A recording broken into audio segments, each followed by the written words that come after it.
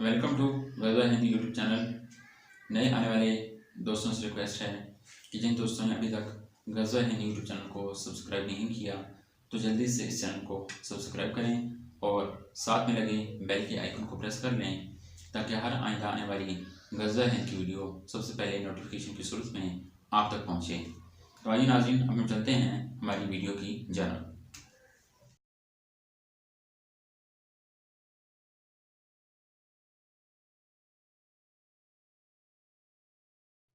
अस्सलाम वालेकुम नाज़रीन, गज़वा हिंद यूट्यूब चैनल के अंदर आप सबको खुशामदीद कहते हैं। नबी करीम सल्लल्लाहु अलैहि वसल्लम के साथ सहाबे किराम रज़ी अल्लाह अन्हुम की वालिहाना मोहब्बत। इन हदीस में अन हज़रत सल्लल्लाहु अलैहि वसल्लम के साथ सहाबे किराम रज़ी अल्लाह अन्हुम की उल्फत मोहब्बत का हाल भी बयान हुआ है, जिससे मालूम होता है कि सहाबे किराम को आप सल्लल्लाहु अलैहि वसल्लम के साथ वालिहाना अकीदत और बेपनाह मोहब्बत थी और वह इस मोहब्बत और ताल्लुक़ पर फ़ख्र किया करते थे और अपनी गुफ्तगू में और खुसूसन अहादीस रवायत करते वक्त इस कल्बी ताल्लुक़ का मुख्तलिफ अंदाज से इजहार करके खुशी महसूस करते थे। ये महज एक ज़ुबानी दावा नहीं बल्कि उनकी सारी ज़िंदगी में अमलन इस मोहब्बत और चाहत के वाज़ेह और नुमायाँ असरात नज़र आते हैं। हत्ता कि अरवा बिन मसऊद सफ़ी ने सुलह हुदैबिया के मौके पर जब इस वालिहाना मोहब्बत का मुज़ाहरा देखा तो वो भी इस हकीकत का इतराफ़ किए बगैर ना रह सका। मोहम्मद सल्लल्लाहु अलैहि वसल्लम के साथी इनसे जिस तरह मोहब्बत करते हैं वो दुनिया के किसी शाही दरबार में नज़र नहीं आती। सहाबे किराम को नबी करीम सल्लल्लाहु अलैहि वसल्लम की सच्चाई पर पुख्ता यकीन था। इन हदीस मुबारक में ये चीज़ भी नज़र आती है कि सहाबे किराम रज़ी अल्लाह अन्हुम को अन हज़रत की हुर्रियत और हर खबर के सच्चा होने का अटल यकीन था, खा वह माजी के मुतल्लिक़ हो या मुस्तक़बिल के हवाले से, खा इसका ज़रिया वही इलाही हो या कुछ और। यही वजह है कि सहाबे किराम ने इस किस्म की खबरें और पेशन गोइयाँ सिर्फ नकल करने पर इक्तफ़ा नहीं किया बल्कि इन्हें एक होनी शुदी हकीकत जानकर अपने दिलों में ऐसी आरज़ुएँ पालते रहे कि अल्लाह ताला से दुआएं करते रहे कि वो इन्हें गज़वा हिंद में शरीक होने की सआदत अता फरमाए। सिंध का वजूद। हज़रत अबू हुरैरा इस बात की दलील है, हदीस अबू हुरैरा से इस बात की दलील है कि हुज़ूर अकरम सल्लल्लाहु अलैहि वसल्लम के ज़माने में एक ऐसा खिता अर्ज़ी दुनिया में मौजूद था जिसे सिंध तकरीबन मौजूदा पाकिस्तान के नाम से जाना जाता था। हिंदुस्तान का वजूद। इस तरह इस हदीस से ये भी साबित होता है कि अहले रिसालत में रोए ज़मीन पर एक ऐसा मुल्क भी मौजूद था जिसे हिंद कहा जाता था। सिंध अरब के पड़ोस में और इस पर चढ़ाई गज़वा हिंद से पहले। यह हदीस गज़वा हिंद का जिक्र जिसमें गज़वा हिंद का जिक्र आया है, इसमें यह इशारा भी मिलता है कि सिंध का इलाका अरब के पड़ोस में वाक़या है, नेज़ ये गज़वा सिंध गज़वा हिंद से पहले होगा। सिंध और हिंद पर कुफ़ार का कब्ज़ा। मज़ीद ये कि यह अहद रिसालत माब सल्लल्लाहु अलैहि वसल्लम में सिंध और हिंदू दो ऐसे खितों के तौर पर मारूफ थे जिनमें कुफ़ार का कब्ज़ा और तसल्लुत था और ज़माना नबूवत के बाद भी एक अरसा तक बाकी रहा, जबकि हिंदुस्तान पर मज़ीद गैर मालूम मुद्दत तक इनका कब्ज़ा बरकरार रहने का अमकान है। नबी करीम सल्लल्लाहु अलैहि वसल्लम इन हक़ाइक़ से आगाह थे। इन हदीस से ये भी पता चलता है कि हुज़ूर अकरम सल्लल्लाहु अलैहि वसल्लम इन तमाम हक़ाइक़ से आगाह वाक़िफ़ थे, खा इसका ज़रिया वही इलाही हो या तजारती तल्लुक़ात या दोनों हों। ये भी मुमकिन है कि आप अपने जासूसों और खुफिया इंटेलिजेंस के ज़रिए आपने ये मालूमात हासिल की हों, क्योंकि गज़वात में आपका ये तरीक़ा कार इख्तियार करते थे। अगरचे पहले दो एहतमाल ज़्यादा कुरीन क़यास हैं, लेकिन तीसरा एहतमाल भी मुहाल नहीं है, लेकिन इसके लिए हमारे पास कोई नकली दलील नहीं है। सिंध और हिंद की तारीख़। इन हदीस में इन दोनों ममालिक सिंध और हिंद में मुस्तक़बिल में पेश आने वाले बाज़ तारीख़ी वाक़यात का हवाला है। इसके साथ ये इशारा भी मौजूद है कि नबी करीम सल्लल्लाहु अलैहि वसल्लम के बाद के ज़माने में मुसलमान इन ममालिक से जंग करेंगे। गैब की खबर पेशन गोइयाँ।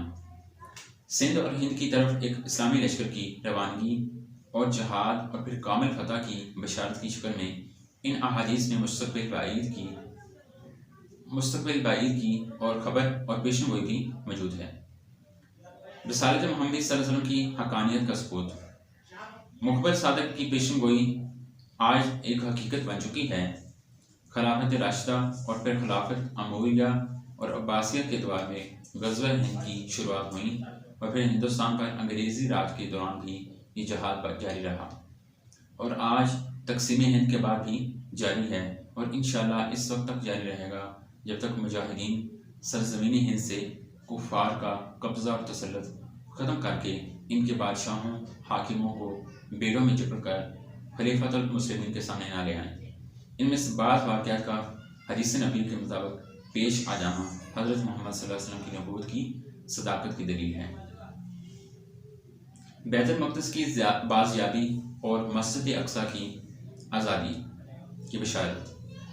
इन हदीस में ग़ज़वा हिंद और फ़तह बैतुल मक़दिस दोनों वाक़यात का मरबूत अंदाज में ज़िक्र किया गया है और बताया गया है कि बैतुल मक़दिस का मुसलमान हाकिम एक लश्कर रवाना करेगा, इस अल्लाह ताला हिंदुस्तान में फ़तह अता फरमाएगा। इसमें पूरी उम्मत मुसलमा के लिए बैतुल मक़दिस की आज़ादी और मस्जिद अक़सा की बाज़याबी की बशारत उज़्मा है और ये पेशन गोई भी है कि इस ग़ज़वा के दौरान मुजाहिदीन और मुजाहिदीन फ़लस्तीन के मबैन ज़बरदस्त राब्ता और बाहमी ताअमल मौजूद होगा। इससे ये हकीकत इस खुद वाज़ह हो जाती है कि हिंदुस्तान के बुत परस्त और सरज़मीन मराज पर काबिज़ यहूदी आलम इस्लाम के मुश्तरक बदतरीन दुश्मन हैं। इन्हें हिंदुस्तान और फ़लस्तीन के मुस्लिम इलाक़ों से बेदखल करना वाजिब है। जहाद ता क़यामत जारी रहेगा। इन अहादीस में ग़ज़वा और जहाद को किसी ख़ास ज़माने और किसी ख़ास वक्त के साथ मुक़य्यद नहीं किया गया। इस बात की दलील है कि जहाद आखिरी ज़माने तक जारी रहेगा। सैयदना ईसा इब्न मरियम आसमानों से उतर कर दज्जाल को कत्ल करेंगे और ये बात सही अहादीस से साबित है कि दज्जाल आज़म की अक्सर पैरोकार यहूदी होंगे।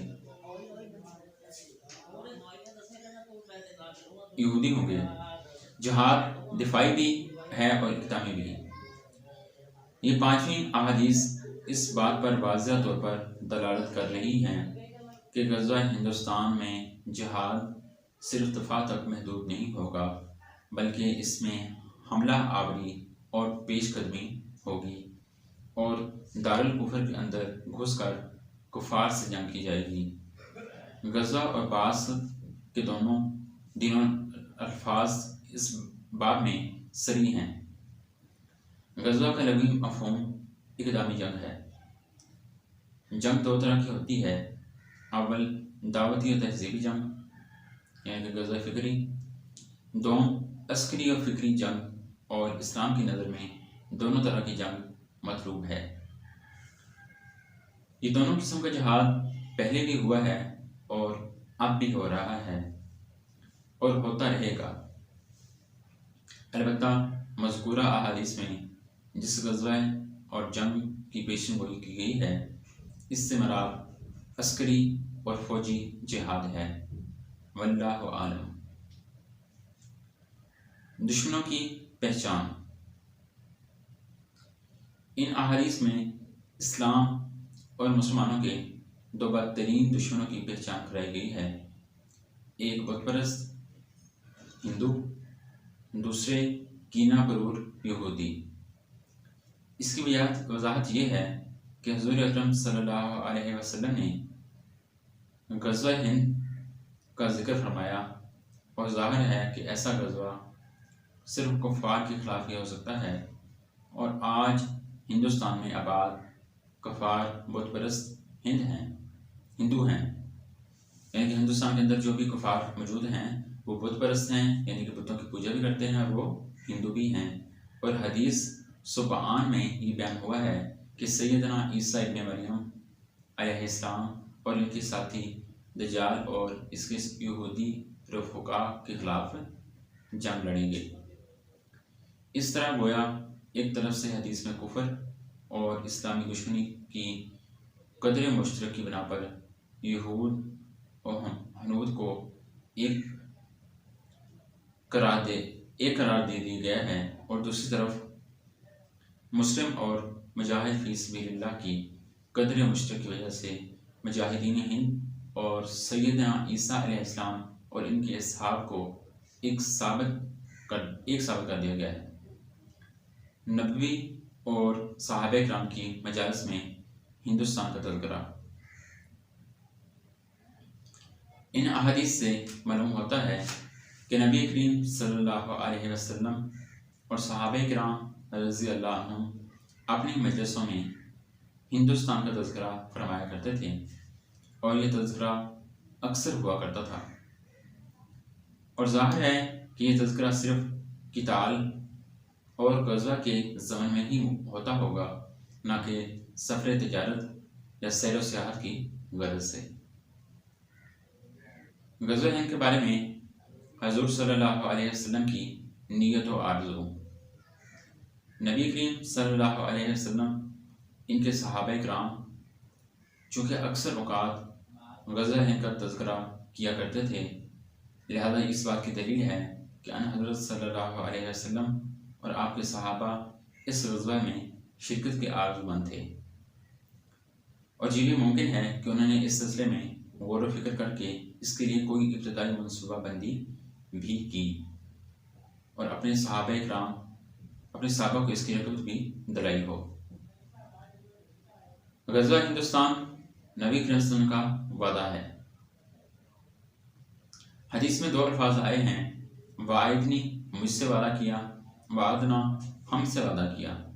और वादा से मुराद किसी अमल खैर का वादा है और वादे में नीयत और इरादा लाज़मन पाए जाते हैं। इससे ये साबित होता है कि अन हज़रत सल्लल्लाहु अलैहि वसल्लम के दिल में ग़ज़वा हिंद की नीयत और कसद मौजूद था और आप हिंदुस्तान पर चढ़ाई का इरादा रखते थे।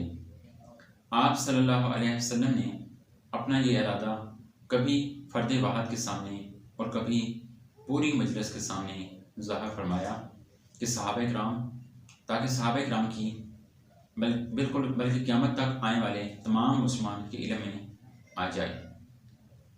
ये अल्लाह ताला का वादा भी है। अबू आसम की रवायत में ये अल्फाज भी आए हैं, वाइदना अल्लाह व रसूलहू। ये अल्फाज दलील हैं कि ये सिर्फ हज़ूर सल्लल्लाहु अलैहि वसल्लम का वादा ही नहीं बल्कि ये अल्लाह ताला का वादा भी है और अल्लाह अपने वादे की कभी खिलाफ वर्जी नहीं करता। वादल्लाह ला युखलिफुल्लाहु वादहू वलकिन्ना अक्सरन्नास ला यअलमून। ये अल्लाह का वादा है, अल्लाह तो अपने वादे के खिलाफ नहीं करता बल्कि अक्सर लोग जानते हैं। जंग व जिहाद की तरगीब। इन हदीस मुबारका में नबी करीम सल्लल्लाहु अलैहि वसल्लम ने मुसलमानों को जंग और जिहाद की रग़बत दिलाई है, जैसा कि इरशाद रब्बानी है, या अय्युहन नबिय्यु हरिसल मोमिनीना अलल क़िताल इन यकुन मिनकुम अशरूना साबिरूना यग़लिबू मातईन व इन यकुन मिनकुम मातन यग़लिबू अल्फा मिनल्लज़ीना कफ़रू बिअन्नहुम कौमुन ला यफ़क़हून। ए नबी, ईमान वालों को लड़ाई की तरगीब दो। अगर तुम में से 20 आदमी साबित कदम होंगे तो 100 पर गलबा पाएंगे। यानी कि मोमिनों के अंदर अगर 20 आदमी ऐसे होंगे जो साबित कदम रहने वाले होंगे, अपनी जगह पर डट जाने वाले होंगे, मुकाबला करने वाले होंगे, तो वो 100 पर गलबा आ जाएंगे। यानी कि 100 कुफार के ऊपर वो 20 जो है वो गलबा आ जाएंगे। और अगर तुम में से 100 आदमी होंगे तो वह 1000 काफरों पर गालिब आ जाएंगे, क्योंकि वह कुफार समझ नहीं रखते। जंग व जिहाद की यह तरकीब सहाबा किराम, ताबईन और क़यामत तक आने वाले तमाम मुसलमानों के लिए आम है। साम्राज्यी कुव्वतों का इलाज। इसमें उम्मत के लिए ये रहनुमाई भी है कि दुनिया में कफ़ार व मुशरिकीन की गलबा और साम्राज्यी और इस्तिमारी ताकतों और इस्तिबादी कार्रवाइयों का इलाज भी जंग व जिहाद में मुज़मन है। इसके सिवा इस मसले का कोई हल नहीं है। मुज़ाकिरात आलमी इदारों में मुकदमाबाजी और किसी दोस्त या गैर जानबदार सालिस की कोई कोशिश या मुदाखलत ज़ाय वक्त के सिवा कुछ नहीं है। ग़ज़वा हिंद में माल खर्च करने की फजीलत। इन अहादीस में ग़ज़वा हिंद में माल खर्च करने की बड़ी फजीलत बयान हुई है। अगरचा राह जहाद में माल खर्च करना आला दर्जे का इंफाक है, लेकिन ग़ज़वा हिंद में खर्च करने की फजीलत अमूमी इंफाक फ़ी सबिलिल्लाह से कहीं ज़्यादा है। इसी फजीलत की बिना पर सैयदना अबू हुरैरा रज़ियल्लाहु अन्हु बार बार ये ख्वाहिश किया करते थे कि अगर मैंने ये ग़ज़वा पाया तो अपनी जान और अपना नया पुराना सब माल इसमें खर्च करूँगा। ग़ज़वा हिंद के शोहदा की फजीलत।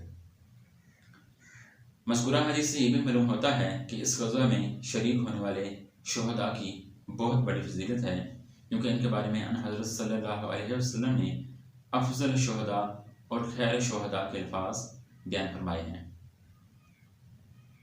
मुजाहिदीन हिंद के लिए जहन्नम से निजात की बशारत। इन अहादीस में इन मुजाहिदीन की जहन्नम से आज़ादी की बशारत आई है जो इस ग़ज़वा में शरीक होंगे और गाजी बनकर लौटेंगे। आपने इन दोनों जमातों का जिक्र फरमाया कि अल्लाह ताला ने इन्हें आग से महफूज कर दिया है, और पहली जमात के अंतर्गत ये सराहत फरमाई है कि वह हिंदुस्तान से जंग करेगी, और हज़रत अबू हुरैरा रज़ियल्लाहु अन्हु के अल्फाज भी इस बात दलालत करते हैं कि अगर इस ग़ज़वा में गाजी बनकर लौटा तो एक आज़ाद अबू हुरैरा होगा जिसे अल्लाह ने जहन्नम से आज़ाद कर दिया होगा। आखिरी जंग में फ़तह की बिशारत। इनमें ये बिशारत भी मौजूद है कि आखिर ज़माने में हज़रत महदी अलैहिस्सलाम और सैयदना ईसा इब्न मरियम अलैहिस्सलाम भी दुनिया में मौजूद होंगे। अल्लाह ताला मुजाहिदीन हिंद को अज़ीम शान फ़तह अता फरमाएगा और वो कुफ़ार के सरदारों और बादशाहों को गिरफ्तारी करके कैदी बना लेंगे। माली गनीमत की खुशखबरी। अल्लाह ताला इन मुजाहिदीन को बेशबहा माली गनीमत से भी नवाजेगा। सैयदना ईसा अलैहिस्सलाम से मुलाकात की बिशारत। एक बिशारत इन हदीस में ये मिलती है कि जो मुजाहिदीन इस ग़ज़वा के आखिरी मरहले में बरसरे पिकार होंगे और सैयदना ईसा अलैहिस्सलाम की ज़ियारत बासआदत और मुलाकात बबरकत से मशरफ होंगे, हिंदुस्तान के टुकड़े होंगे। आखिरी और सबसे बड़ी बिशारत यहाँ हदीस में ये है कि इस ग़ज़वा के नतीजे में हिंदुस्तान के टुकड़े टुकड़े होकर मुतअद्दिद छोटी छोटी रियासतों में मुनक़सम हो जाएगा, जिन पर एक मुतफ़क्का बादशाह के बजाय कई बादशाह बैक वक्त हुक्मरानी कर रहे होंगे। इसके अलावा अहले इल्म ने और भी कई बिशारतें इन अहादीस से निकाली हैं। अलबत्ता हमने इन अहादीस की तखरीज और इनकी दर्सो इरशादात और नबवी हदायत अजमालन अहले इल्म की खिदमत में पेश कर दी हैं। वल्लाहु आलम। नाज़रीन किराम, ये था ग़ज़वा हिंद के हवाले से नबी करीम सल्लल्लाहु अलैहि वसल्लम के इस्तिंबात जिनको हमने बयान फरमाया। दुआ है कि अल्लाह तबारक ताला हमें ग़ज़वात नबी को समझने की और इस पर अमल पैरा होने की, इस्लाम के हवाले से ग़ज़वा हिंद से मुस्तंबत हदायत और अशारात को समझने की, और आइंदा आने वाले ग़ज़वा में हम जैसे मुसलमानों को गाज़ी बनकर या वहाँ पर बतौर सिपा सलार, वहाँ पर बतौर मुजाहिदीन अल्लाह ताला हमें वहाँ के मुजाहिदीन में शुमार कर लें। नाज़रीन किराम, ये था हमारा आज का टॉपिक। अब हम एक नए टॉपिक की तरफ चलते हैं। नाज़रीन, अब हम इससे हटकर एक थोड़ा सा टॉपिक बयान करने जा रहे हैं, जो है सलीबी जंगों के असबाब। सलीबी जंगें यानी अवाम पसंद लड़ाइयों का सिलसिला। सलीबी जंगें इन लड़ाइयों को कहते हैं जिनमें मुसलमानों के मुकाबले ईसाई रज़ाकार जंगजू फौजी तमगों की जगह सलीब के निशान अपने सीनों पर बनाकर मैदान में आते और इस मजहबी निशान की बदौलत अपने आप को इस अमल का जिम्मेदार समझते थे कि अर्ज़ मुक़द्दस और सैयदना मसीह के रोज़े को मुसलमानों के हाथ से छीन लें। इस मुहिम का ख्याल दूर अंदेश पापाओं और पुरजोश मसीहों के दिल में एक मुद्दत से चला आता था, लेकिन पहले इसका इजहार इस वक्त हुआ जब क्लरमॉन्ट की कौंसिल में पोप अर्बन सानी के पुरअसर तकरीर सुनने के बाद सब सामीन ने यकजुबान होकर कह दिया कि ऐसी मुतबर्रिक लड़ाई खुदा की मर्जी के मुवाफिक होगी। सलीबी जंगों और कुर्रून वस्ता की देगर लड़ाइयों में फ़र्क।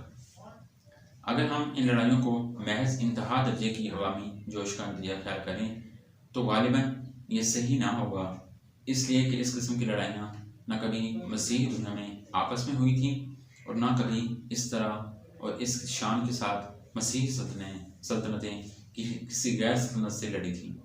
मुतबराने मुल्क किता नज़र से इसके पोप हों या बशप बादशाह हों या सूबादार इस जोश से फ़ायदा ज़रूर उठा सकते थे जो जोशो खरोश पीड़ती हरमिट ने अपने वास व पंख से पैदा कर दिया था, वरना रूम के फवाओं और बाज़ नजीबी शहनशाहों और यूरोप की दीगर फरमारवाओं की गर्ज किसी का असर इस कदर नहीं हो सकता था। इस बहरे तअस्सुब के रास्ते में यकयक ऐसे खुल जाएं कि इसका पानी दुश्मनों को बेदस्तो पाक कर जिस तरफ चाहे बहा ले जाए। इस बिल्कुल नई किस्म की लड़ाई लड़ने की बाज़ाब्ता तहरीक लोगों में या तो प्यासनरा की कौंसिल में पैदा हुई जो 1094 ईस्वी में मुनक़्क़िद हुई थी, या मज़कूरा बाला क्लरमॉन्ट की कौंसिल में। लेकिन अगर ये कहा जाए कि ये जोश सिर्फ पोप अर्बन सानी की एक बरकत था, इसलिए इसने पादरियों को आमादा किया कि मुसलमानों को बज़ौर शमशीर दीन ईस्वी में शामिल करें, तो ये भी दुरुस्त नहीं, इसलिए कि ऐसी ही बरकत इस वाक़या से तकरीबन 30 साल पेशतर पापाई रोम हल्डी ब्रांड ने अपने दोस्त नॉर्मन विलियम को दी थी, जिसने कोशिश की थी कि आज़ादी पसंद अहले इंग्लिस्तान को कत्ल करके वहाँ के मुंतखब शुदा फरमानरवा का तख्त छीन ले। लेकिन नॉर्मन विलियम का इंग्लिस्तान पर चढ़ाई करना सिर्फ ऐसे बादशाह का फ़ेल था जिसे अपने फ़ायदे की ज़रूरत हो और जिसे इन ज़राए पर पूरा इत्मीनान हो जिनकी मदद से वो अपना मतलब हासिल करना चाहता हो। बेशक नॉर्मन विलियम ने इस झंडे के नीचे जो पोप अलेक्जेंडर सानी ने उसे भेजा था, बहुत से लोग इंग्लिस्तान की मुहिम के लिए जमा कर लिए थे, लेकिन इनमें अगर कोई जोश था तो सिर्फ इस ख्याल से कि हम इस मुहिम की तकलीफ के सिले में इंग्लिस्तान जैसा मुल्क मिल जाएगा। इस मुहिम में हरूफ सलीबा में जिनका मबानी पीटर दिहार्ट अवामी बड़ा नुमायाँ फ़र्क है ये था कि इन लड़ाइयों में वो मसीही जो अपने घरों में स्लेब लटका के घर से चलते थे, शिकस्त, बर्बादी और मौत को भी वैसा ही काबिल इश्क समझते थे जैसा फतह और बड़े बड़े कारहान माया को। इसकी सरजमीन में जाने की जल्दी थी जहाँ इनके बादल अकीदे के मुताबिक इनकी रूहानी बादशाह ने अपने आसमानी तख्त से उतर कर इंसानी जमा पहना हुआ था, और जहाँ खुदा के बेटे ने बरसों सब्र के साथ मशक्क़त की थी, बीमारों को अच्छा किया था। इनके अकीदे के मुताबिक मुसीबत ज़दाओं को मुसीबत से छुड़ाया था और मुर्दों को जिंदा किया था, यहाँ तक कि आखिरकार अपने सलीब कंधे पर लेकर कलोरी की चोटी पर गया था और वहाँ अपनी कुर्बानी चढ़ा के ऐसी हालत में जबकि ज़लज़ला ने इसकी कब्र को शक कर दिया था, उसने बाइस से तहकीक जामिया इंसानी को जिस्म से उतार फेंक दिया था। इनके ख्याल में ये कल सरजमीन सैयदना मसीह के कदमों की बरकत से मुतबरक हो गई। इन जज्बात का इस ईसाइयों की कदीम रवायत में पता न था, लिहाजा असर यह है कि ये सलीब लड़ाई जिसका जोश पैदा करने के लिए पीटर दी हरमिट ने वाज किया था, इसकी तस्दीक तायीद पोप अर्बन सानी ने की थी, सिर्फ आम इक़्तिदार और पोप के फतवे दे देने की वजह से वकूफ़ पज़ीर हुई। इंजील के इस फिक्र को मुलाहजा कीजिए, जब अब वो वक्त आ गया है कि लोगों को बाप की परदशिश सिर्फ यरूशलेम या को स्मार्टन पर ना करनी चाहिए। अब हम जिक्र करते हैं बालबन दोबशाह बैतुल मक़दस 1118 ईस्वी से 1131 ईस्वी तक। कुस्तुतनिया में जिस वक्त अलेक्सोस पर नज़ा का आलम तारी था, इस वक्त बालडोम बैतुल मक़दस का लतैनी बादशाह मिस्र में दम तोड़ रहा था। यहाँ वह फातमी खलीफा की कुव्वत तोड़ने के लिए गया था।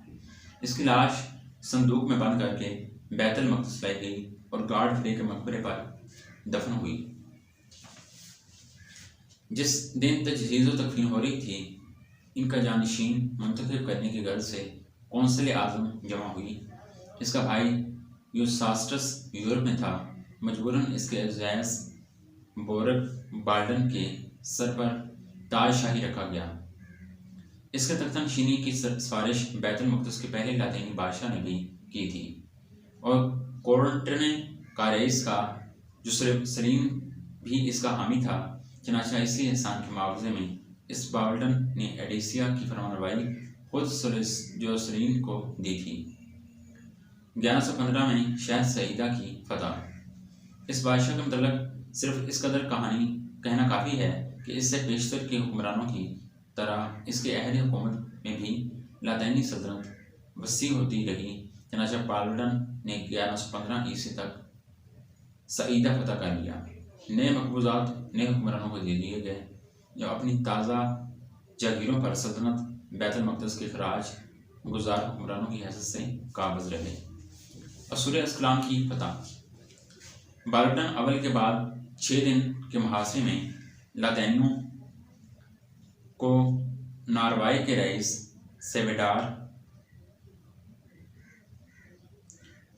की बहरी और बुरी फौज से बहुत मदद मिली थी। इसके 9 बरस बाद वेनिस का बादशाह रोज़ा अक्दस की ज़ियारत को आया। उसने अस्कलान या शहर ताइफ, जिसे अरबी सफर कहते हैं, उसकी फतह के लिए अपनी बहरी फौज दी। आखिर ये तय पाया कि ताइफ पर हमला किया जाए और शाह वनीस ने इकरार कर लिया कि फतह के बाद इस शहर का निस्फ हिस्सा इसके ज़ेर हुकूमत रहेगा और ख़ास बैतुल मक़दस में भी एक गिरजा और एक सड़क और चंद हकूक वेनिस वालों को दे दी जाएंगे। 5 महीने तक मुहासरा रहा, जिसके बाद इस मुकाम ने जो अब भी रौनक था, किसी ज़माने में फनीकियों का बेनज़ीर शहर था, मजबूरन अताअत कबूल की और मसीहत के एक अस्कफ आज़म का सदर मुकाम बन गया। फल के बादशाह बैतुल मक़दस 1131 ईस्वी से 1144 ईस्वी तक। बैतुल मक़दस के तख्त पर गार्ड फ्रे का तीसरा जानशीन फलक ऑफ इंजो करार पाया, जिसके दौर में बनिस्बत साबिक ताजदारों के ज़्यादा अमन रहा। तराबलस के हुक्मरान रेमंड पर हलब के सुल्तान जंगी ने हमला किया। बाल्डन सानी को इसके मदद को गया था, जहां पारीन यानी मांटीफ्राट के कसर में कैद हो गया और फिर बहुत सारा ब्याह देने के बाद रहाई नसीब हुई। इसके बाद इसका बेटा बाल्डन सालस तखनशीन हुआ। ताजशाही सर पर रखने के वक्त वो 13 बरस का था। इसकी किस्मत में अनकरीब ये तमाशा देखना लिखा हुआ था कि मगरब वालों की बहादुरी दूसरी सलीबी लड़ाई में क्या करिश्मा दिखाती है। अनातकिया और एडेसिया के मसीही बादशाहों के बाहमी झगड़ों ने जंगी को इस वक्त बाद का मौका दे दिया कि कोरंटे की जो सलीम दोम के दारुल हुकूमत पर हमला करे। एडेसिया वाले 18 दिन तक नहायत तशवीश के साथ इस मुहाजरे का अंजाम का इंतज़ार करते रहे, जिसमें दुश्मनों की कामयाबी इनके हक में प्यामे मरग का असर रखती थी। गार्ड फ्रे उसके साथियों ने जो बैतुल मक़दस की फतह के वक्त किए थे, वो दुश्मनों की आंखों के सामने फिर रहे थे और जंगी के सरदारों ने सिपाहियों को ये भी बता दिया था कि फतह करने से लौटने का हक हासिल हो जाता था। इस नसीहत पर तुर्की सिपाहियों ने पूरा अमल किया और एडेसिया को फतह करते ही जो खून रेजी और जुल्म इंतजार हुआ साबित कर रहा था कि जुल्म करने में अहले इस्लाम भी ईसाइयों से कुछ कम नहीं। जंगी के मारे जाने पर एडेसिया की जो सलीम के दिल में उम्मीद पैदा हुई कि शायद वो शहर फिर मिल जाए, मगर इस कोशिश में फिर इसे मुसीबत ही से सामना पड़ा। अब सिवाय इसके कि मगरब की मसीही को दुनिया की मजहबी जोश से फरियाद की जाए और कोई चारा न था। ये सुल्तान इमादुद्दीन जंगी था जिसने शर्क़ औस्त की 4 सलीबी रियासतों में से अल-हर्रा अडीसा फतह करके सलीबियों की ताकत तोड़ दी। अल-हर्रा इन दिनों औरफा कहलाता था और ये जनूबी तुर्की में वाक़या है। इमादुद्दीन जंगी ने किला जबर के मुहासरे में शहादत पाई। नूरुद्दीन जंगी ने इसी का बेटा और जानशीन था। यह मसीही मुसन्नफ का झूठा प्रोपेगेंडा है। सलीबियों ने इस्लामी शहर पर कब्जा करके बेदौरी से लाखों निहत्ते मुसलमानों का खून बहाया था। इसके मुकाबले में मुसलमानों के हाथों कत्ल होने वाले ईसाइयों का इसका अशीर भी नहीं थे। अब बात करते हैं दूसरी सलीबी लड़ाई। दूसरी सलीबी लड़ाई का दाई बर्नार्ड, जो काम पतरस राहब ने अपनी सलीबी लड़ाई में किया था वही काम सेंट बर्नार्ड ने दूसरी सलीबी लड़ाई में किया। पतरस को बर्नार्ड नहायत ही हकारत की नज़र से देखता था। इस पहली अजीम अलशान मुहिम में जो नाकामी हुई, इसके जिम्मेदार वो इस मजनून रहनुमा ही के मतस्बाना मिशनों को करार देता है। वो पाक लड़ाई जिसका जोश फैलाना और अपना फ़र्ज समझता था, इसमें कामयाब होने का उसे पूरा वसूख था और अपनी मुक़द्दस बरआराई का इसे जिस कदर यकीन था और जिसका इजहार वह हर जगह करता फिरता था, उससे साफ ज़ाहिर होता है कि इससे असर सूख के ज़माने में भी मगरबी दुनिया पर गोशा नशीन राहिबों के असरात किस कदर गालिब थे। इसके मुकाबले मशरक़ के गोशा नशीन राहिबों के असरात इन दिनों रोज़ बरोज़ कम होते जाते थे। मगरबी खानकाहों के हिजरे ऐसे ही शाही दीवान खाने के बने हुए थे कि इनमें से खतूत हुक्मनामों की शान से निकलकर मसीह के जानशीन पोप को मशरत देते थे। बादशाहों और मुदबरान ममलकत को लानत मलामत करते थे। दीनदारों को चौंकाते और इनकी रहनुमाई करते थे। गुमराहों को राह पर लाते थे और बेदीनों को दरहम बरहम करते थे। इन आला अहदों पर मुक़द्दस बर्नार्ड को ऐसा इख्तियार हासिल था कि किसी बड़ी से बड़ी दुनियावी कुव्वत को इसके सामने कोई हकीकत न थी। किसी हुकूमत के रुकन और किसी फौज के सिपाही की हैसियत से जो एक शहनशाह की तरफ से मार्का आराइयाँ दिखाने के लिए मामूर हो, इसके फ़राइज़ में दाखिल होते थे। वो ऐसा नायक था जो रूहानी ज़रा बख्तर पहने हुए था। इत्काद की ज़बरदस्त और नामगलूब होने वाली तलवार हाथ में थी। इसने तलकदारों और नवाबों की ज़बान हासिल कर ली थी और नवाबी रियासत की अलामतों और इस्तिलाहों को इनसे अखज़ करके रहबानियत और गोशनशीनी इख्तियार करने वालों ने नकल कर लिया था। इसकी राय में कुछ करना सबसे मकदम था, जिसके मुकाबले गोशा इज्जत में तनहा बैठा रहने की वो कोई चीज़ न समझता था। वो अपने घर से भाग के खानकाह में बैठा था, तो इस वजह से यहाँ इसे नफसानी, मादी और रूहानी खराबियों पर गालिब आने का अच्छा मौका हासिल था। नफस किशी के जो सख्त से सख्त तरीका नज़र आता वो उसे इख्तियार कर लेता था।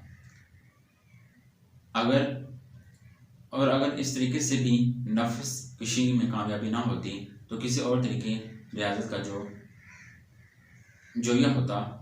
मदवन क्याल में अगर उसे ज़रा भी नफस प्रोड़ी नजर आती तो इनकी इस्लाह की कोशिश करता। अलगर्ज सेंट बर्नार्ड की ज़िंदगी ऐसी थी कि अव्वल से आखिर तक एक सलीबी जंगजू रहा। मगर जिस जंग में उसे सबसे ज़्यादा जिफाकशी से काम लेना पड़ा और जिसमें उसे कामयाबी हासिल हुई, वो ये जंग थी जो उसे खुद अपने ख़ानदान के मुकाबले में करनी पड़ी। इसकी माँ ने मन्नत मानी थी कि अपने तमाम बच्चों को खुदा की नज़र कर लूँगी, और बर्नार्ड इसी बात को अपनी सबसे पहला फ़र्ज समझता था कि अपनी माँ की मन्नत पूरी करें। दुनियावी कुव्वत, दौलत व हशमत और इज़्ज़त व हुर्मत इसके कब्ज़े में थी, मगर इसने इन सब को अलग डाल दिया। मोरिज़म के मतवालिद घराने ने अपने चंद परजोश और अरकान एक अंग्रेज़ मुसम्मी स्टीफन हार्डिंग के मातहती में भेजे थे। उन्होंने अपना मकाम स्ट्यू में आके, जहाँ से सिस्टरकियान फ़िरका पैदा हुआ था, इलाका हाई शैम्पियन और बर्गंडी की सरहद पर अपनी खानकाह बनाई। बर्नार्ड अपने अनफवान शाह में यहीं आके रहा। चंद रोज़ बाद इस खानकाह को छोड़कर किसी नए घराने की तलाश में रवाना हुआ और इस तारीख और बदनामी घाट में जाकर वो खानकाह बनाई जो हमेशा इसके नाम की यादगार रहेगी और जिसे इसने कलेरो के नाम से मसूम किया। यहीं इसके बाप ने राहिबाना ज़िंदगी इख्तियार की और इसकी आगोश में बैठकर जान दे दी। इसके भाई और इसकी बहन इससे पेशतर ही खानकाह में दाखिल हो चुके थे, मगर सब ने कोई ना कोई दुश्वारी उठाकर ये तरक दुनिया की ज़िंदगी इख्तियार की थी। सच ये है कि मशीद अवेज़ी में किसी को दखल नहीं।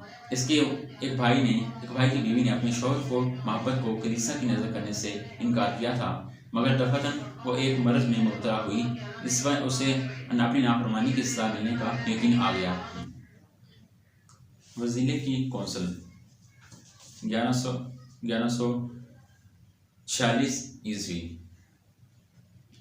इस कौंसिल में पोप यूजीनियस सोम मौजूद न था, मगर इसकी कायम मुकामी में इसका एक दोस्त और मशीर शरीक था, जिसकी तकरीर से लोगों के दिल हिले जाते थे।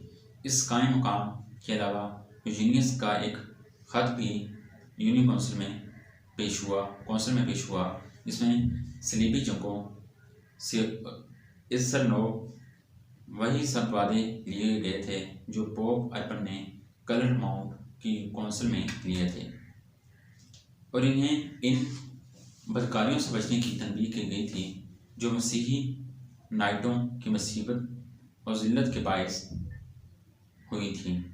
मगर इस वक्त बर्नार्ड की पुरज़ोर और मौसर तकरीर ने ऐसा जोश पैदा कर दिया था कि सिवाय इसके चेले और जहाद कीजिए किसी के दिल में और कोई ख्याल न था।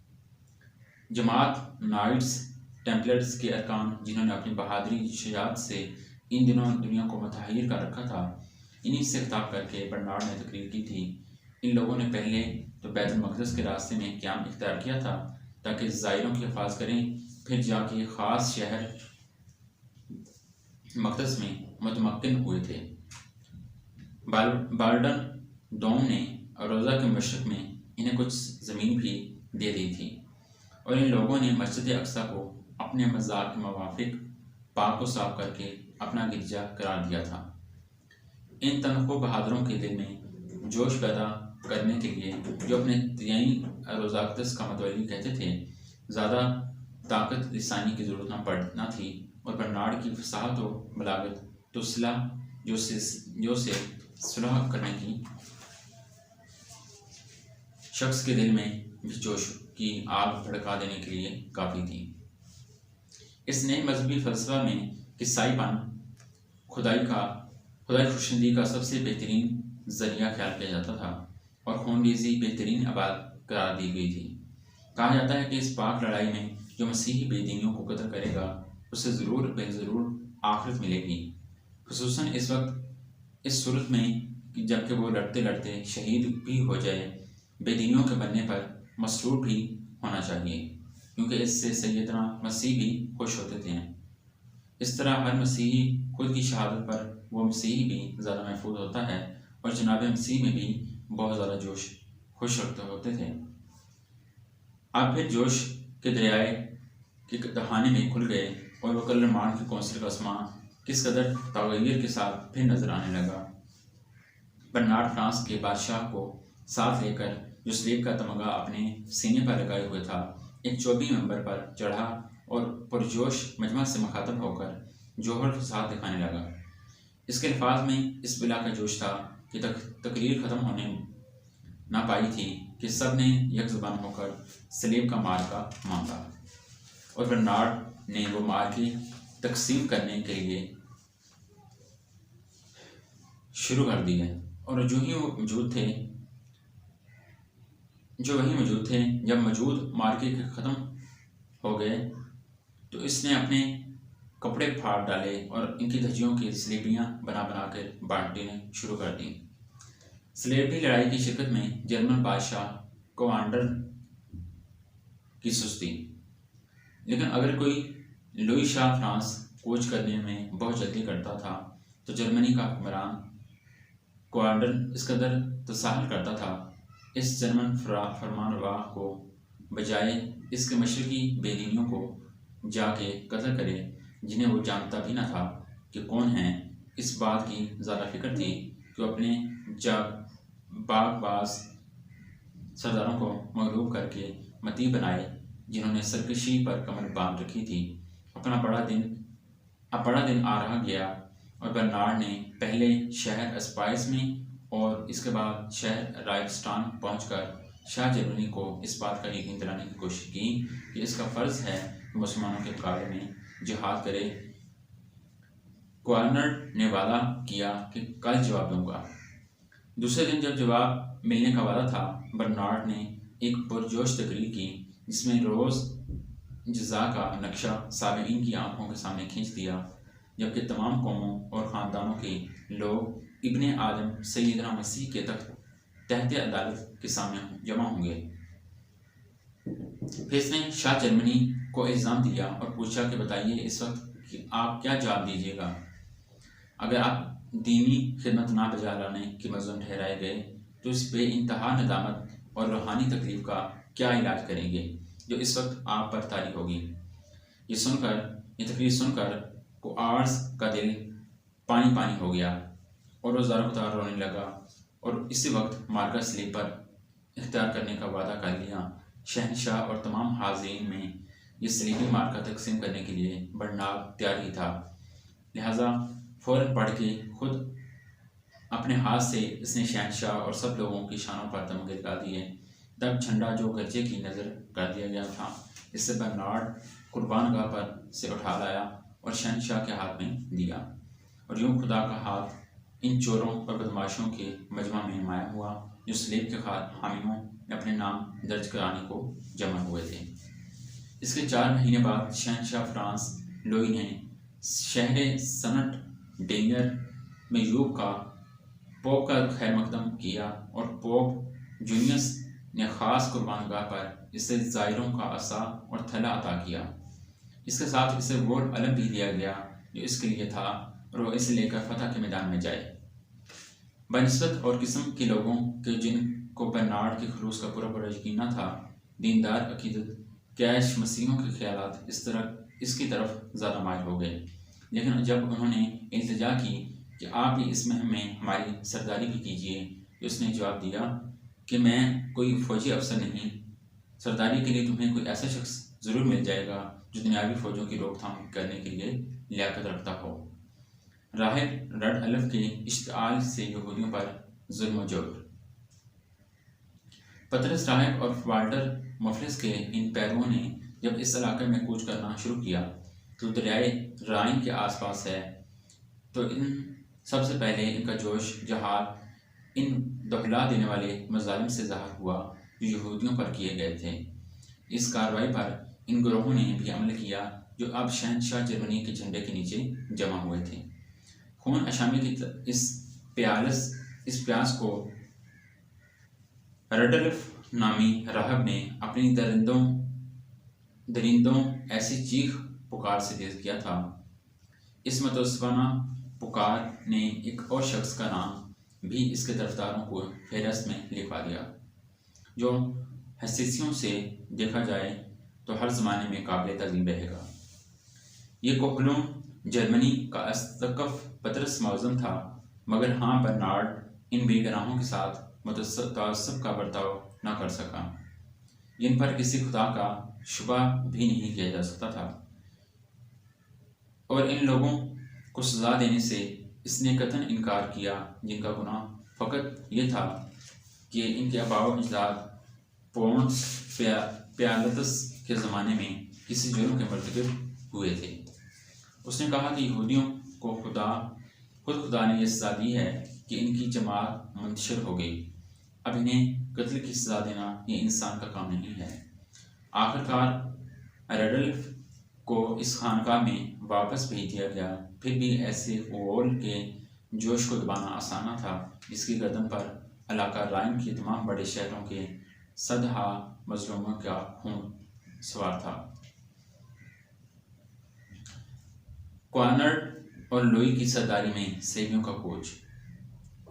क्वार्नट और लोई शहर मेज में एक दूसरे से मिल गए।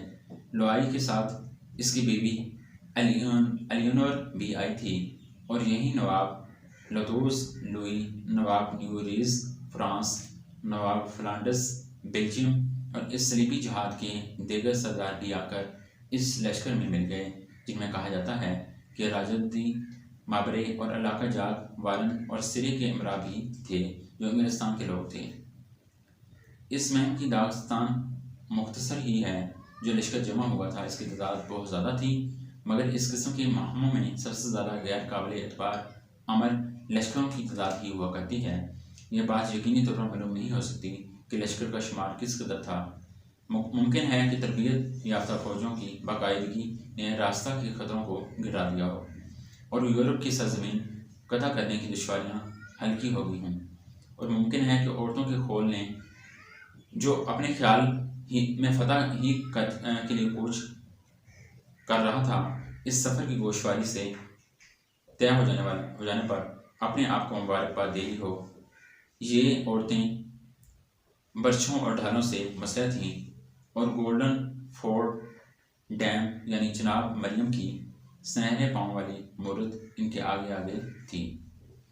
कुस्तुनतुनिया के शहंशाह मैनुअल की मुलाकात से क्वार्नट का इनकार। असली खतरा इस वक्त शुरू हुआ जब ये सलीबी सिपाही यूरोप से गुजरकर एशिया के इलाकों में दाखिल हुए। क्वार्नट की यूनानी शहंशाह मैनुअल के मुतल्लिक, जो पहली सलीबी यूरिश के ज़माने वाले शहंशाह एलियूकस का पोता था, सख्त बदगुमानियाँ हुई और क्वार्नट के कुस्तुनतुनिया पहुँचने से पहले ही ये बदगुमानियाँ इस कदर बढ़ गईं कि इसने इस यूनानी शहंशाह से मिलने से इनकार कर दिया और बगैर इससे मिले आबनाए बासफोर्स के पार उतर गया। मैनुअल पर दगाबाजी का गुमान। शाह फ्रांस ज़्यादा खलीद था, लेकिन उसे भी मैनुअल के बजाते खुद आके खैर मुकदम करने पर ज़्यादा अगर खुशी हुई थी तो ये खबर सुनते ही वो खौफज़दा और मारे गुस्से के बेताब हो गया था कि कुस्तुनतुनिया के शहंशाह मैनुअल और कोनिया के तर्क सुल्तान में खुफिया खत किताबत जारी रहे। जिस कदर गज़बनाक और बरहम लोई था, इसी कदर इसकी फ़ौज के लोग भी बरहम और गज़ब आलूद थे। इस मौका पर अगर बाज़ ने यह राय दी कि सबसे अहम फ़र्ज वही फ़र्ज़ है जिसके लिए हम अर्ज़ मुक़द्दस को जा रहे हैं और हर किस्म की अंदरूनी आज़ार लिसानियों का इंतकाम लेने पर मुक़द्दम है, तो और लोगों ने इस बात पर इसरार किया कि वह सल्तनत जिसने रोज़तुल अक़दस मसीह और अर्ज़ मुक़द्दस को अपने कब्ज़े से निकल जाने दिया है और ज़ायरीन और हामियान सलीब के रास्ते में फ़कत मज़ाहमतें ही पैदा किया करती थीं, इस सफ़ा ज़मीन पर से बिल्कुल मिटा देनी चाहिए। क्वार्नट और लोई का तबाहकुन सफ़र। लोगों को बहला फंसाकर ये जोशो खरोश का तूफ़ान सरदस्त दबा गया और मुजाहिदीन सरेब आगे रवाना हुए, मगर आगे बढ़कर यह हाल खुला कि मैनुअल ने इनका जो रास्ता बताने वाले दिए थे, रास्ता बताने वाले जो लोग दिए थे, वो या तो इन्हें बहकाकर खुश्क रेगज़ार में निकाल ले गए या दगाबाजी से इन्हें ले जाकर ऐन दुश्मन के सामने खड़ा कर दिया। क्वार्नट के हज़ार आदमी लेनका में ज़ाया हुए और बादशाह फ्रांस ने, जिसे धोखा में रखा गया था, बड़ी कामयाबी से कूच कर रहा था। उसका नियाबान नाम झील के किनारे पहुंचकर अचानक ये खबर सुनी कि जर्मन लश्कर सख्त तबाही में मुब्तला हो गया और वह तबाह हाल भागने वाले, जिनकी ज़बानी क्वाड्रन अपनी सख्त बर्बाद किन शिकस्त की खबर सुनी थी, इन्हें के साथ वह भी भाग खड़ा हुआ। अब दोनों यूरोपियन बादशाह इस बात पर आमादा हुए कि इस रास्ते ही को छोड़ दें जो आम ज़ायरों का रास्ता था और इन इज़ला में से होकर गुजरें जो बहीरा एजीन के किनारे किनारे वाक़ हैं। कदीम लिडिया वालों की शहर फलाडल्फी तक पहुँचते थे कि कुछ ऐसे ही तबाही के सामान नजर आए कि अक्सर लोग उस दुनिया वापस जाने पर मजबूर हुए और खुद क्वानर्ड भी शहर अफसोस के करीब जहाज पर सवार हो गया। इधर लोई अपने हमराहियों को लिए अपने दरियाए मेनार्ड के किनारे तक बढ़ गया। यहाँ तुर्कों से मुकाबला हुआ। तुर्कों ने चूंकि हमला में अजरत कर दी थी, लिहाजा इन्हें फाश शिकस्त हो गई। मगर लवातिकिया के आगे पहाड़ की घाटियों में तुर्कों की इस शिकस्त का मुआवजा इंतकाम से भी कुछ बढ़कर मिल गया। आखिरकार वहां से होलनाक कत्ल खून बर्दाश्त करके फ्रांसीसी लोग कदीम पंफ्रिया वालों की शहर इंतनालिया में पहुंचे। तजवीज़ तो ये पेश की गई थी कि इस बंदरगाह से सब लोग आम इससे के सिपाही हों या ज़ायद समुंदर के रास्ते से इंतनाकिया को रवाना होंगे, मगर फिर तय यह हुआ कि सिर्फ ज़ायरीन समुंदर के रास्ते से सफ़र करें। इसलिए लुई शाह फ्रांस ने इस बात पर जोर दिया कि पुर्तगालियों को गुज़श्ता फातहीन बैतुल मुक़द्दस के नक्शे कदम पर चलना चाहिए, लेकिन जहाज़ जिनके फ्राहम कर देने वाली का इंतनालिया ने वादा किया था, वो इस महदूद गर्ज के लिए भी काफ़ी ना निकले।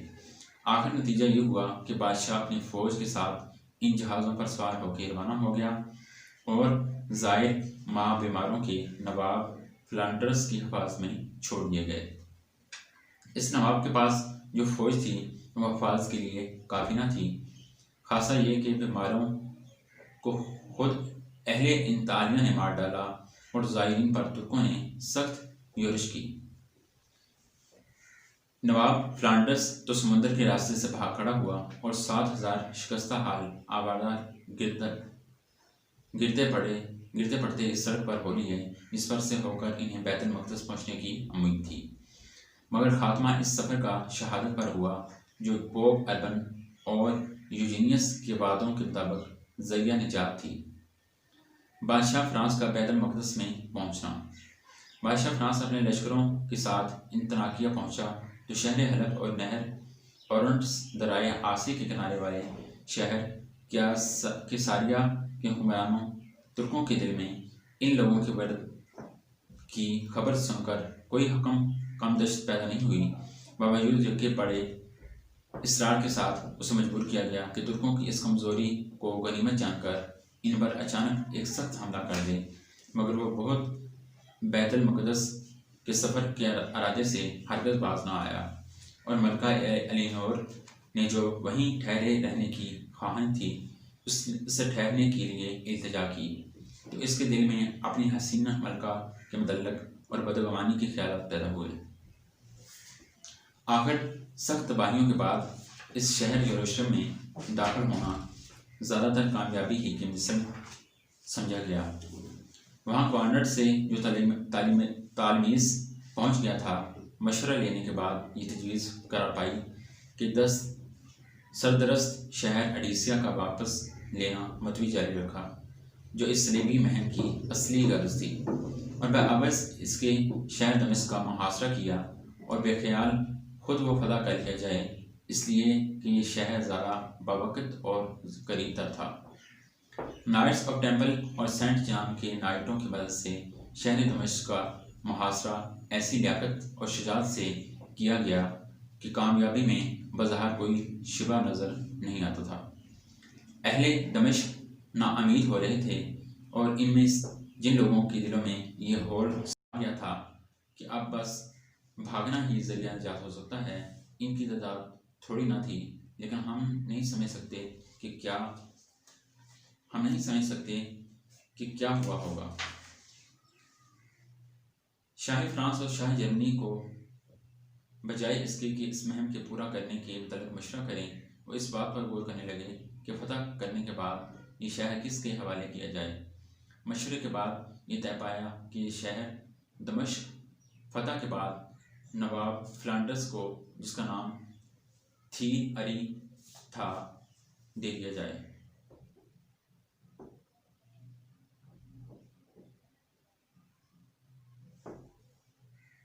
इस करारदाद पर फ़लस्तीन यानी अर्ज़ मुक़द्दस के बैरनों अमरा में बरहमी पैदा हुई, जिन्होंने इसमें ज़रा भी तामल ना किया कि अपने गुनाहों की तौलानी फहरिस्त में एक और दगाबाजी का गुनाह भी दर्ज करा दें।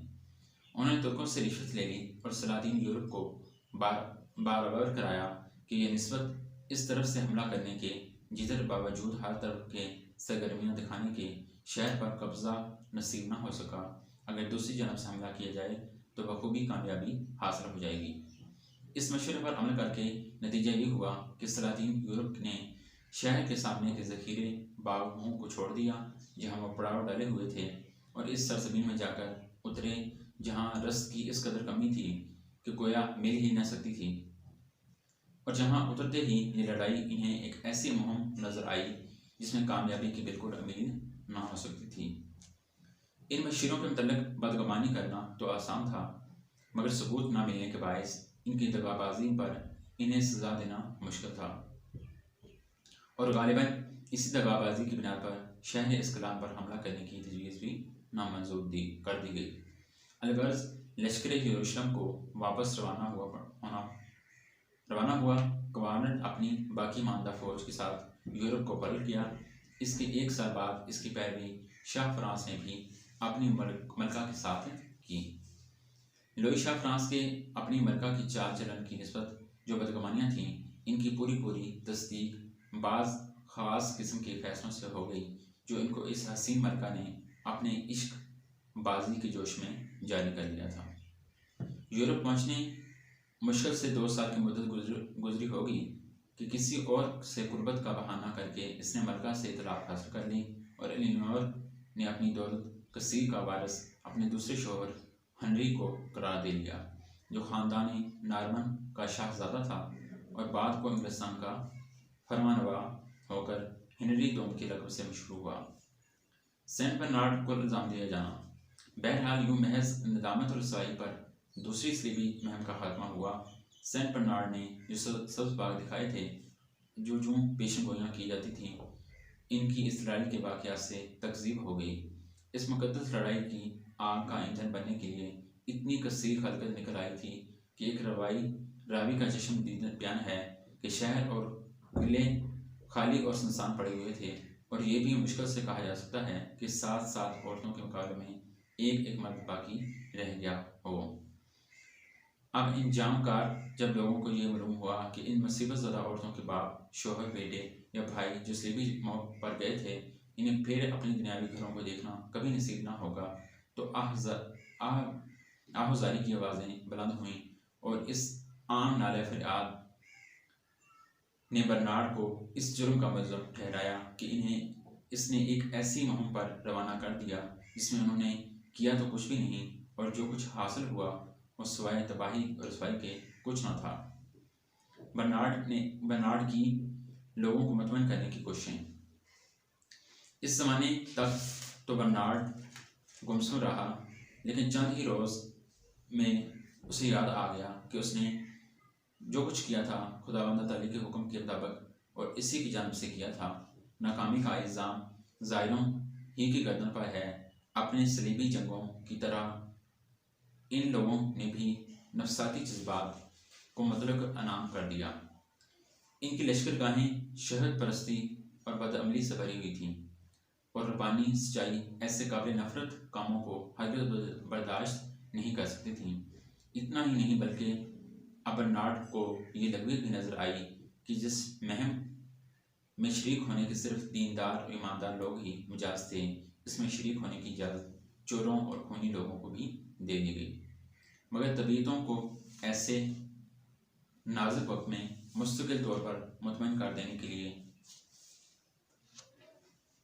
ऐसी मन बहलाने की बातें बहुत बेअसर थीं। फिर जब राहत जान ने दावा किया कि जो ज़ायर कत्ल किए गए हैं वो इस पर फतन दुनिया से निजात पाने के ख्याल से शहीदों जैसी बेइंतहा मसरत हासिल करके मरे, और ख़ुद सेंट पीटर और सेंट जॉन ने अपनी ज़ुबान से मुझे यकीन दिलाया है कि जो फरिश्ते अपने दर्जे से गिर गए हैं, इनकी जगह इन लोगों की रूहों से भर गई जो सलीब के ज़ायरों या हामियों की हैसियत से मरे हैं। कता नज़र इससे कि अर्ज़ मुक़द्दस में पहुँचकर मरे हूँ, ये दरमियानी ममालिक में सफ़र करते हुए जो बहतों के ख्यालात फिर इसी पुरानी रवश की तरफ माइल हो गए, यानी मजहबी खातिर जमी ने दुनियावी सदमात भुला दिए। 1153 में बर्नार्ड की मौत।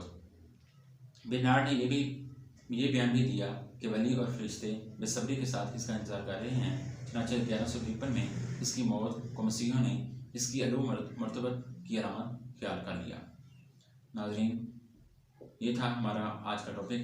इसके साथ ही हमारा प्रोग्राम अपने इख्तिताम की मंजिल की तरफ बढ़ता है। उससे पहले आपसे एक छोटी सी रिक्वेस्ट है, अगर आपको हमारी वीडियो अच्छी लगे तो वीडियो को लाइक करें और हमारे इस चैनल गज़ा हिंद यूट्यूब चैनल को सब्सक्राइब करें। इंशाल्लाह हम दोबारा एक नई वीडियो के साथ आपसे मुलाकात करेंगे। तब तक के लिए हमें इजाज़त दीजिए और अपना ढेरों ख्याल रखिए। अल्लाह निगहबान।